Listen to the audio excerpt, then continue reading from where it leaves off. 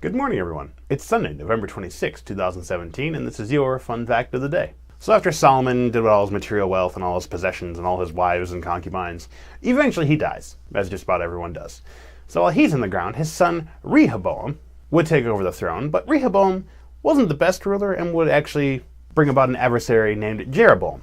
I know, confusing and fun, right? Well, Jeroboam, at the behest of much of the nation, comes to King Rehoboam and says, "Listen, King Solomon was pretty good. He's a good king, but he did put a lot of burdens on us. He put a heavy yoke of burden upon us, and we would ask you, King Rehoboam, to simply alleviate some of that. We are pretty strapped here as the people. If you could just try to help us live a little bit better, we can help you live a little bit better, it would work out for everybody, essentially." And Rehoboam says, tempting offer, but let me counter this. And since I'm king, here's what's going to happen. This isn't really an offer so much as a command. My father Solomon made your yoke really heavy. I'm going to make it worse. Your yoke will be so heavy, is effectively what he said. Well, this doesn't fly too well when Jeroboam reports to the people what King Rehoboam has said.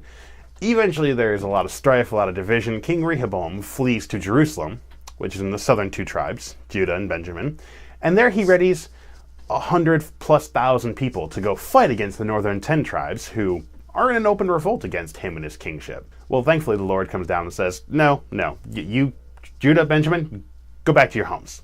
You're not fighting your kinfolk. Get out of here. And they listen. No one goes to war that day over some kingly spite. So, happily, that crisis averted. But here's the thing, though.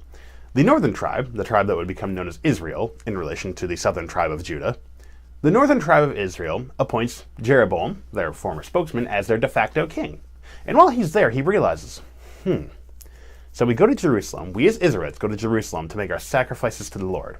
If I continuously let my people go into my enemies' territories, he'll have the chance to talk to them, to convince them, and even that, they'll be able to sacrifice to God, and they might turn back to God, and also the king that God appointed, which is him and not me. Aha! Jeroboam gets this great idea. He employs some counselors who also help him formulate this idea, and he makes 2 golden calves. Where have I heard this before? Only now it's double trouble.